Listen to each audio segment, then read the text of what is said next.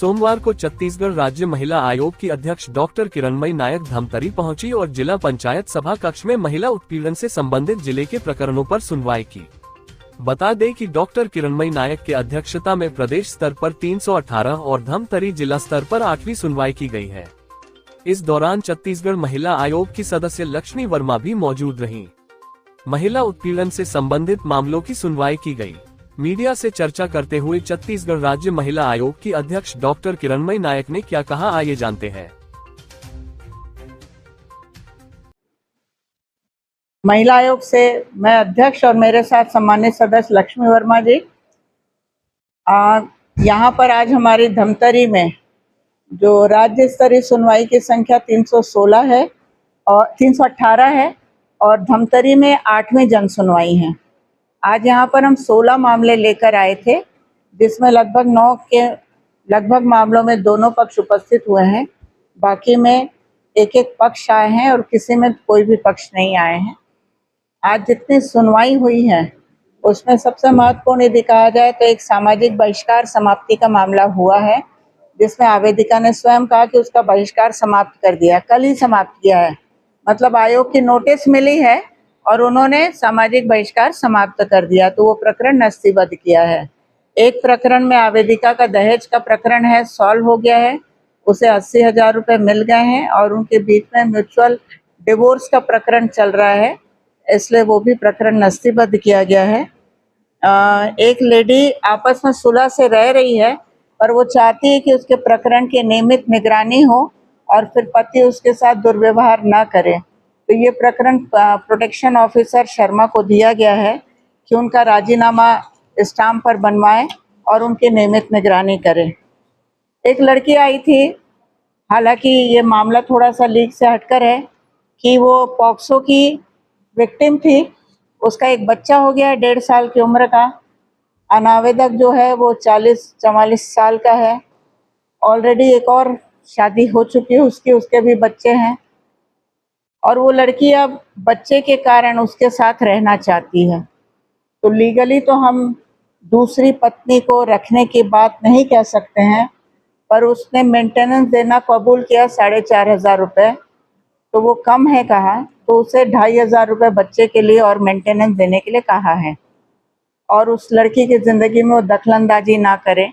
इसको भी हमने प्रोटेक्शन ऑफिसर से कहा है कि उनकी नियमित निगरानी करे ताकि वो उस महिला को तंग ना करे और वो अपना और अपने बच्चे की परवरिश कर सकती है।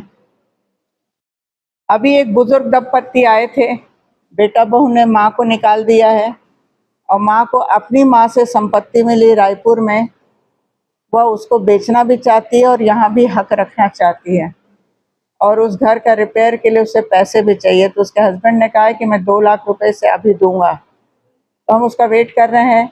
यदि वो ले आता है तो एक बड़ी कार्रवाई होगी यहाँ पर धमतरी के मामलों में कि पति के द्वारा पत्नी को 2 लाख रुपए दिए जाएंगे और अभी उनके बीच ऐसा कोई विवाद भी नहीं है और वो इसी बात से परेशान थे कि मुझे आयोग में घसीटा गया है, तो सुलहनामा उनका रेडी हो जाएगा। इस तरीके के कुछ चुनिंदा मामले यहाँ पर आए हैं जिनका आज यहाँ पर निराकरण और उनकी अनुशंसा की गई। नियर अबाउट 60 एंड 60+ ही हैं दोनों। राज्य परिवहन में काम करता है पति, पत्नी भी और उनके बच्चे भी बालिग हैं।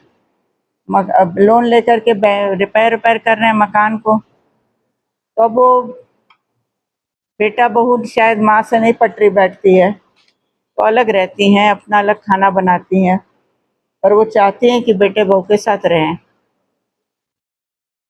रायपुर में।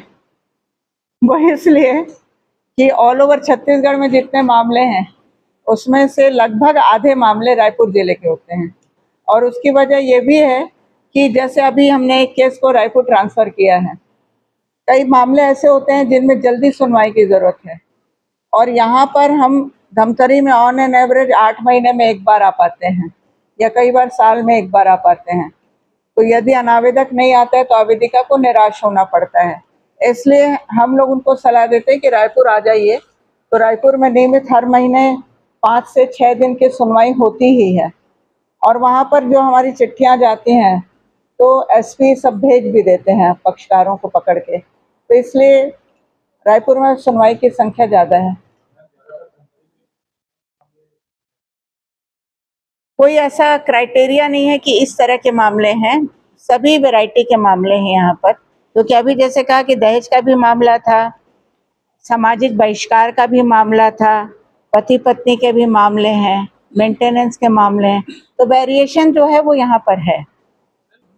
देखिए, दैहिक शोषण के फर्जी मामले मैं नहीं कहूँगी, दैहिक शोषण होते हैं, नहीं होते हैं नहीं कहूँगी मैं, क्योंकि आजकल इसको लोगों ने नया नामकरण किया हुआ है, मॉडर्नाइजेशन किया हुआ है, परंतु हमारी सोच भारतीय रहती है।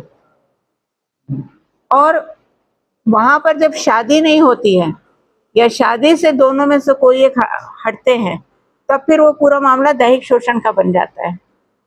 इसलिए ऐसे मामलों में अभी माननीय सुप्रीम कोर्ट के, हाई कोर्ट के बहुत सारे जजमेंट्स हैं कि ऐसे मामलों में फिर एफआईआर दर्ज नहीं होती या कार्रवाई नहीं होती है और महिला को उसका बेनिफिट नहीं मिल पाता है।